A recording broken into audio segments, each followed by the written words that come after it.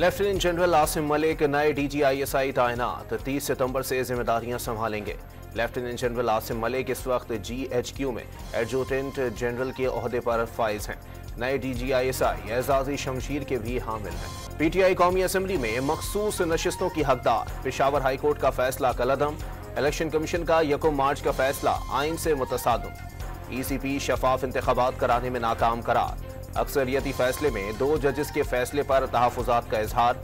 Supreme court का तफसीली फैसला जारी। इलेक्शन कमीशन का PTI की मखसूस नशिस्तों से मुताल्लिक 5वां इजलास।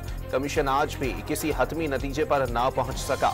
कानूनी माहिरीन से मजीद मशावरत जारी रखने का फैसला। अपोजिशन लीडर पंजाब असम्बली ने 9 मई के वाकयात पर जुडिशल कमीशन बनाने का मुतालबा कर दिया। हुकूमत नफरत की जो फसल बो रही है वो सबको काटना पड़ेगी।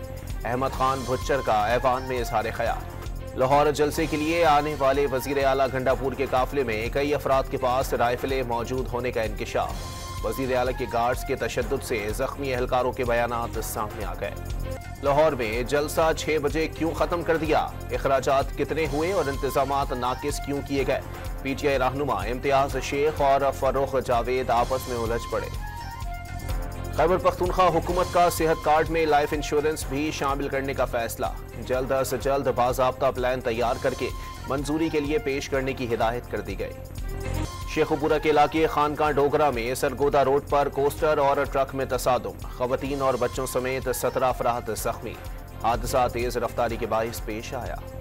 और शेखुपुरा में किस्सा ही रांझा के खालिक सूफी बुजुर्ग वारिस शाह के 226वें उर्स की तकरीबात का आगाज। मजार को अर्के गुलाब से गुस्ल दिया गया। ज़ायरीन की आमद जारी।